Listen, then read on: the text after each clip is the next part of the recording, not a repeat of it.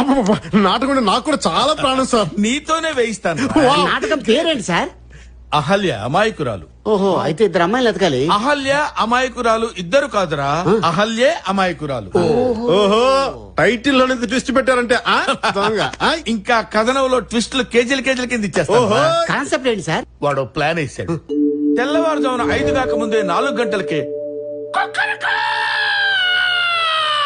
అని కోడిలా కూశాడు. అప్పుడు గౌతముడు యథావిధిగా లేచి టవలు భుజానేసుకుని నదికి స్నానానికి వెళ్తాడు.